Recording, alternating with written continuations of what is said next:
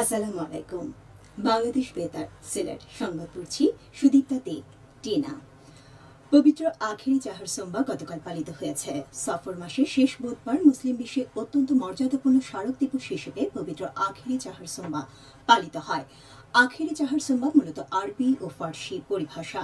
আরবি শব্দ আখেরি অর্থ শেষ, চাহর সোমবার ফার্সি যার অর্থ বুধবার, অর্থাৎ সফর মাসের শেষ বুধবারে মহানবী হযরত মুহাম্মদ সাল্লাল্লাহু আলাইহি সাল্লাম এর সাময়িক সুস্থতাকে স্মরণ করে মুসলমানরা যে ইবাদত করে তাই আখেরি চাহর সোমবার।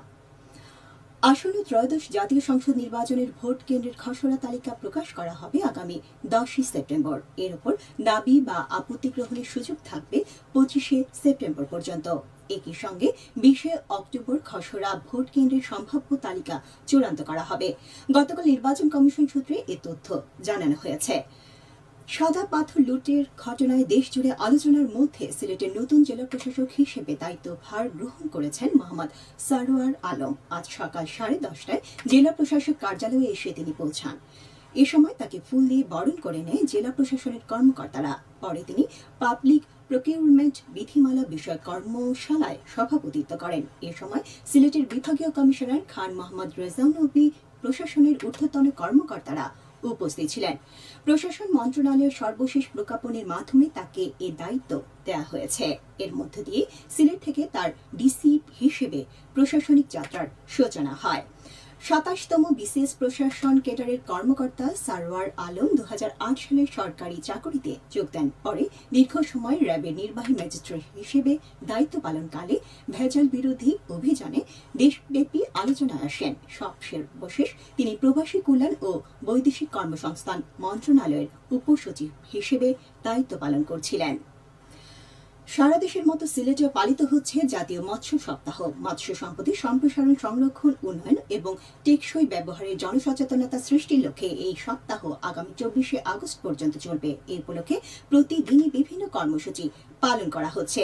দেশীয় প্রজাতির মাছ উৎপাদন বৃদ্ধিতে তরুণ সমাজের ভূমিকা শীর্ষক কর্মশালা, কুইজ ও চিত্রাঙ্কন প্রতিযোগিতা অনুষ্ঠিত হয়েছে আজ মৌলভীবাজারে। জাতীয় মৎস্য সপ্তাহ উপলক্ষে সপ্তাহব্যাপী কর্মসূচির অংশ হিসেবে এম সাইফুর রহমান অডিটোরিয়ামে অনুষ্ঠিত কর্মশালায় প্রধান অতিথি ছিলেন সাবেক সংসদ সদস্য এম নাসির রহমান। এ সময় বক্তারা বলেন, অপার সম্ভাবনাময় মৌলভীবাজার জেলায় আধুনিক প্রযুক্তি এবং উদ্ভাবনী পদ্ধতির মাধ্যমে তরুণরা মাছ চাষ করে নিজেরা স্বাবলম্বী হচ্ছেন এবং নতুন কর্মসংস্থানের সুযোগ সৃষ্টি হচ্ছে।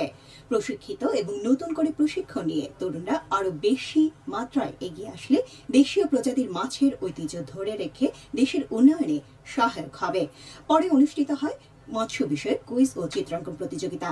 এতে 33 জন তরুণ অংশ নেন। পরে 6 জনকে বিজয়ী ঘোষণা করে ক্রেস্ট ও সম্মাননা পত্র প্রদান করা হয়।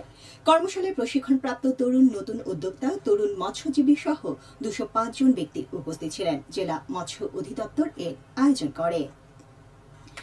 সিলেট সরকারি আলিয়া মাদ্রাসা মাঠে পক্ষকাল ব্যাপী বৃক্ষমেলা ঘিরে এখন সবুজের সমারোহ। সারি সারি দোকানে নানা জাতের গাছের পসরা বসেছে। ফল, ফুল, বনজ, ঔষধি সহ সব ধরনের গাছের সমারোহে মুখরিত হয়ে উঠেছে 15 দিন ব্যাপী এই বৃক্ষমেলা। প্রতিদিন মানুষ আসছে, ঘুরে দেখছে এবং কিনছে গাছ। মেলায় আর মাত্র 3 দিন বাকি। প্রতিদিনই বাড়ছে ক্রেতার সংখ্যা। পরিকল্পিত বনায়নের মাধ্যমে সবুজ বাংলাদেশ করার প্রত্যয়ে গত 9 আগস্ট এই মেলা শুরু হয়। পরিবেশ সুরক্ষা ও সবুজ বনায়ন সৃষ্টির লক্ষ্যে জেলা পুলিশের উদ্যোগে 2500 গাছের চারা রোপণ করা হয়েছে আজ মৌলভীবাজারে। পুলিশ সুপার কার্যালয়ে এর উদ্বোধন করেন জেলা police super MKH Jahangir Hossain. এরপর একযোগে জেলায় 3 সার্কেল কার্যালয়, পুলিশ লাইন্স, 7 থানা ও 5 ফাঁড়ির অভ্যন্তরে পুলিশ সদস্যরা ফলদ, বনজ ও ঔষধি গাছের এইসব চারা রোপণ করেন। হবিগঞ্জে তেলবাহী লরিতে ভারতীয় পণ্য পাচারকালে মালামাল জব্দ করেছে বিজিবি। এ সময় বিপুল পরিমাণ জিরা ও বিভিন্ন ধরনের প্রসাধনী জব্দ করা হয়। জব্দকৃত পণ্যের মূল্য 1 কোটি টাকা। এদিকে সিলেটের জৈন্তাপুর ও কানাইঘাটে উপজেলার সীমান্তবর্তী এলাকায় বিপুল পরিমাণ ভারতীয় চোরাই পণ্য জব্দ করেছে বিজিবি। যোগীগঞ্জ ব্যাটালিয়নের জৈন্তাপুর ও সুরাইঘাট বিওপির টহল দল সীমান্ত এলাকায় এই অভিযান পরিচালনা করে। এ সময় মালিকবিহীন অবস্থায় ভারতীয় চিনি ও চা পাতা জব্দ করা হয়। জব্দকৃত পণ্যের মূল্য প্রায় 1.5 লাখ টাকা। খেলার খবর, ক্রিকেট। বাংলাদেশের সঙ্গে সিরিজ খেলতে আগামী 26শে আগস্ট আসবে নেদারল্যান্ডস দল। এরপর সিলেটে অনুষ্ঠিত হবে 3 ম্যাচের টি-20 সিরিজ। 30শে আগস্ট এবং 1 ও 3রা সেপ্টেম্বর ম্যাচগুলো অনুষ্ঠিত হবে। এদিকে গত 6 আগস্ট থেকে 17 আগস্ট পর্যন্ত মিরপুর শেরে বাংলা স্টেডিয়ামে অনুশীলন করেছে বাংলাদেশ দল। ঢাকার অনুশীলন পর্ব শেষ করে গত মঙ্গলবার রাতে সিলেটে পৌঁছে গেছেন ক্রিকেটাররা। গতকাল থেকে সিলেটের মাঠে দ্বিতীয় ধাপের অনুশীলন শুরু হয়েছে। আগামী 26শে আগস্ট পর্যন্ত প্রতিদিন হবে 2 স্লটের অনুশীলন। 26 তারিখ 2 ভাগে ভাগ হয়ে ক্যাম্পের ক্রিকেটাররা একটি অনুশীলন ম্যাচ খেলবে। ক্যাম্পের বাইরে থেকেও 6 থেকে 7 জন ক্রিকেটার থাকার কথা রয়েছে। পরবর্তীতে নেদারল্যান্ড সিরিজের দল ঘোষণা হলে সিলেট ছাড়বেন বাকি ক্রিকেটাররা। সবশেষে আবহাওয়া।